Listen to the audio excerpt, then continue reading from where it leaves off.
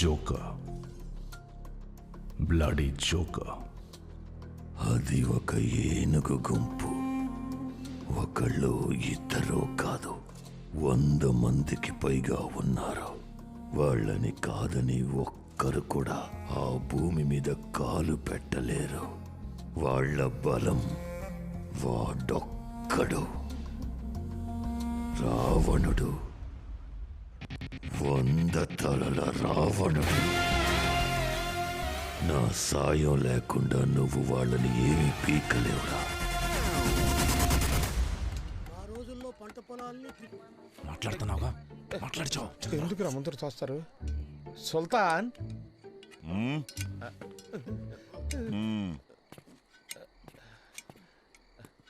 ఇక వ్యవసాయం వద్దులే బాసు, వైజాగ్ వెళ్ళిపోదాం. నేను కాదు, మనోళ్ళ మనసులో మాట. మనుషులనైతే వేసేయచ్చు కానీ పశువులు వేయగలమా? వైజాగ్లో అయితే షేర్ ఆటో నడుపుకొనైనా బతికేయచ్చు. ఇవన్నీ ఇక్కడికి రాకముందు ఆలోచించాలి. వచ్చి చేయాల్సిందంతా చేసాం. ఈ ఊరు సమస్య తీరే వరకు ఇక్కడే ఉండాలి. ఓ సంతేనా? 1 గంట టైం ఇవ్వు సుల్తాన్. ఈ ఊరిని ఇబ్బంది పెట్టి నా కొడుకుల తలాలు నరికి నీ కాళ్ళ ముందు ఉంచుతాం. మేము వెళ్ళి మూటా ముళ్ళి సర్దేసుకొచ్చా. అట్ట చూడ మాకయ్యా.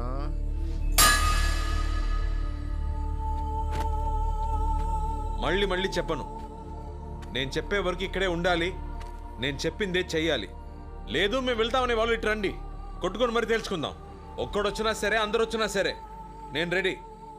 ఎవరొస్తారు? జంగా, ఒక్కడు కదలకూడదు. ఎవడైనా కదిలాడో తోలు తీసే.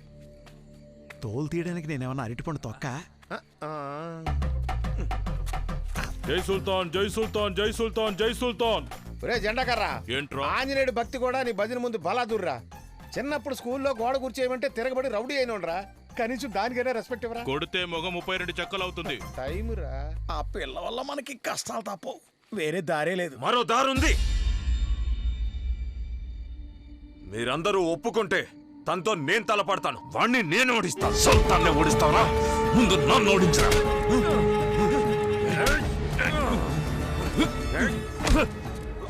ఆపండ్రా, ఆపని చెప్తున్నాను కదా. ఎందుకు ఇలా గొడవ పడుతున్నారు?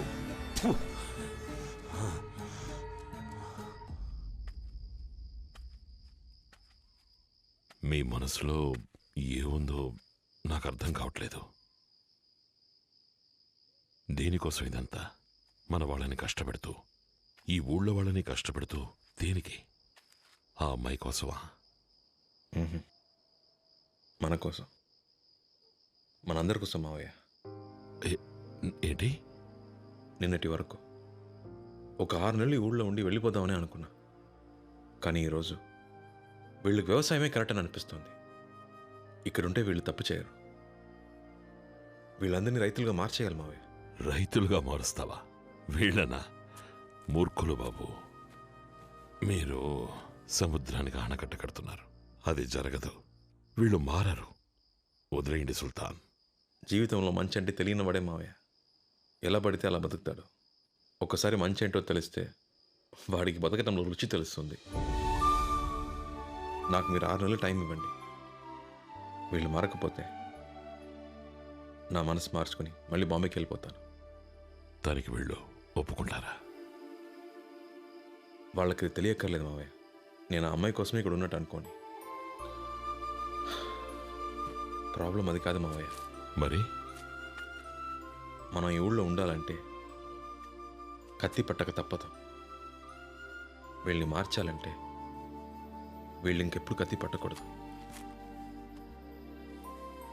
దీనికి పరిష్కారం ఏంటో నాకు తెలియట్లేదు.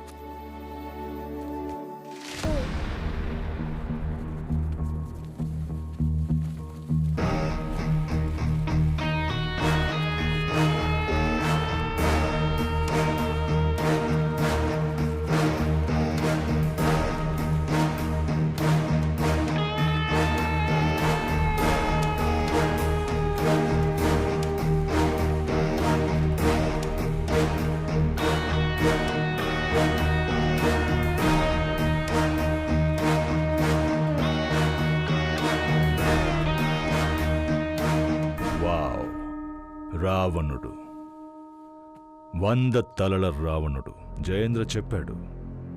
అప్పుడు నమ్మలేదు, ఇప్పుడు నమ్ముతున్నాను. నేను రావణుడినే, కానీ నాకు ఒకటే తల. But that's okay. డబ్బులిస్తే 100 ఏంటి, 1000 తలలు కూడా మనకి మొలుస్తాయి.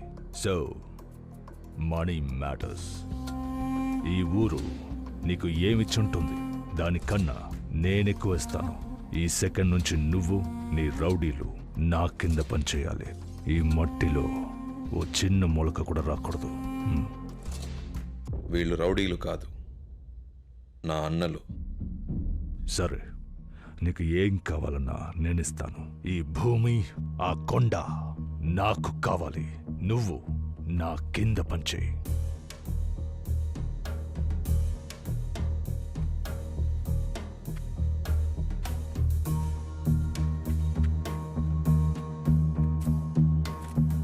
ఈ భూమి కొండ కావాలంతేనా?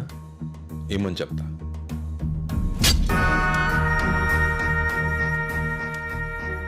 ఆరు అడుగులు సరిపోతుందా? బలం ఉంది కదా అని శత్రువుల్ని పెంచుకోకు. ఇక నీ అన్నల తలకాయలని అప్పుడప్పుడు లెక్క పెడుతూ ఉండు. నెక్స్ట్ టైం నేను ఇలా ఓపిగ్గా మాట్లాడు.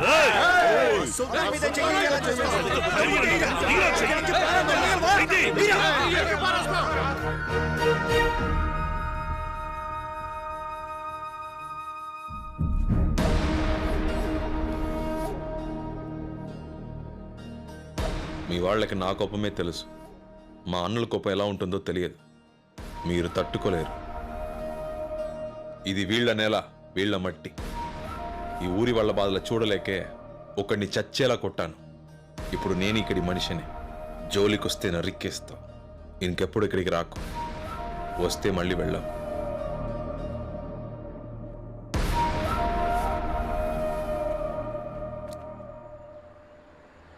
చాలా ఎక్కువ మాట్లాడాడు సార్. 100 మంది వాడు వెనకాలన్నారన్న ధైర్యంతో ముందు వాళ్ళని లేపేయాలి సార్. 100 మంది వాడి వెనకాల లేరు. 100 మంది ముందు వాడున్నాడు. పాముని చంపాలంటే తోక నరక్కూడదు, తల నరకాలి. వాడి తల నరకాలి.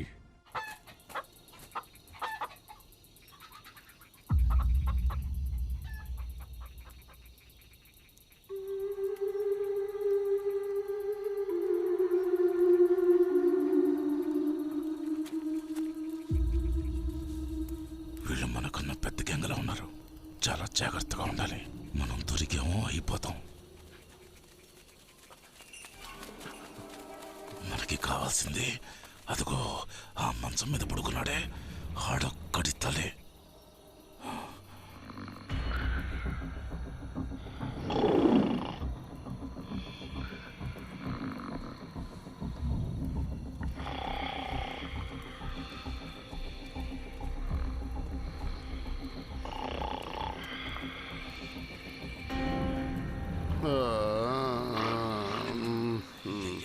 చూసుకుని పదరా.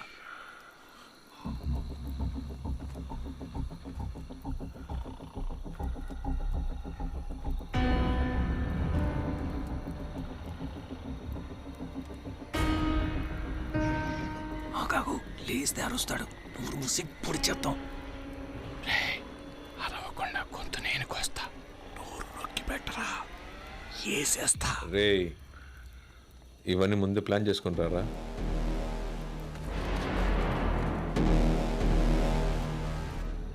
కత్తి పట్టనికుండా 2 నెలలుగా కంట్రోల్లో పెట్టాను. వీళ్ళు లేచారు, చస్తారు. ఏం జరిగినా అసలు సౌండ్ రాకూడదు. మ్యాటర్ అది.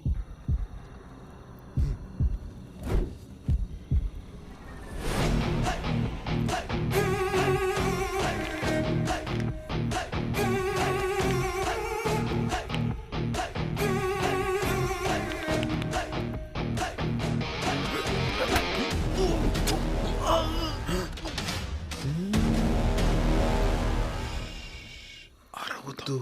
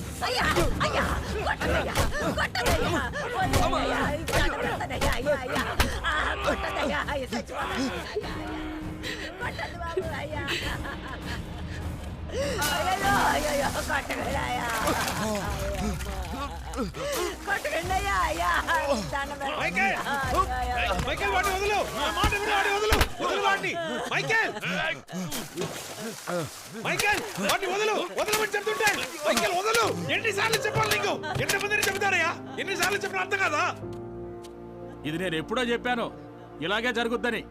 వీళ్ళు ఈ ఊరు ఆడాళ్ళ మీద చేసి ఏం చేసినా అడిగే మగాడు కూడా లేడు. ఇంకా ఎన్ని ఘోరాలు చూడాలో ఏంటో. ఆ కుర్రాన్ని ఇంకో నాలుగు చీకుంటే చచ్చూరుకునేవాడు.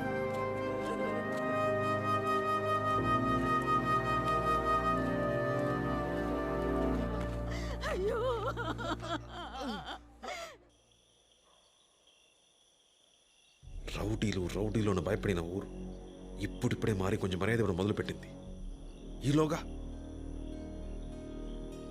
మావయ్య ఇంకా మైకిల్కి ఇక్కడ చోట్లేదు, వెళ్ళమని చెప్పు. అది కాదు సుల్తాన్, పొమ్మంటే వాడు ఎక్కడికైనా పోనీ మావయ్య, ఇంకెప్పుడు నాకు కనిపించకూడదు. చంపేస్తాను కనిపిస్తే. వెళ్ళమను.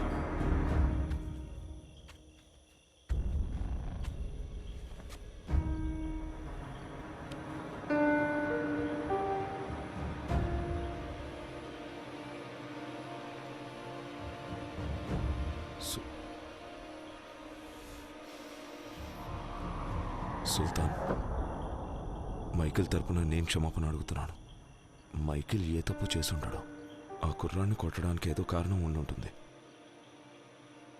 ఊరందరి ముందు గొడ్డుని బాదినట్టు చితక బాదావు. చాలు, వదిలే సుల్తాన్. నువ్వెందుకు ఆలోచిస్తున్నావే? వెళ్ళి చెప్పు.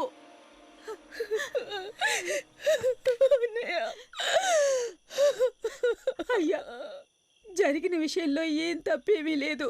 ఇంట్లో ఒంటరిగా ఉన్న మా అమ్మాయితో వాడే పశువులా ప్రవర్తించాడు. సమయానికి దేవుళ్ళ ఈయనొచ్చి మా అమ్మాయి మానం కాపాడారు. అవునన్నయ్య, నువ్వు ఆయన ఎంత కొట్టినా కూడా నా మానం పోతుందేమోనని ఒక్క మాట కూడా మాట్లాడకుండా మౌనంగా ఉండిపోయారు.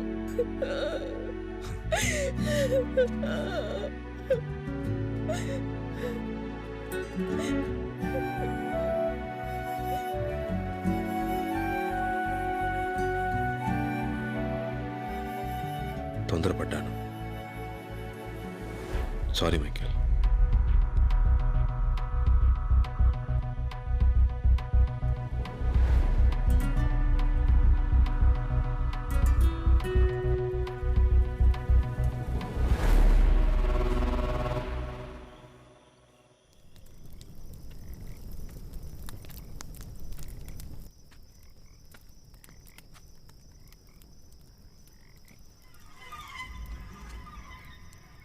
ఇన్నేళ్లు తోడుగా ఉన్న నిన్నే సుల్తాన్. ఏం ఆలోచించకుండా నిన్నే వెళ్ళిపోమన్నాడు. ఇక మిగిలిన వాళ్ళెంత? పెద్ద అయిన తర్వాత ఈ గ్యాంగ్కి నాకు కూడా నువ్వే దిక్కు. అలాంటిది నువ్వు మా ముందు దెబ్బలు తింటావు. ఏం బాలేదు, కొంచెం కూడా బాలేదు.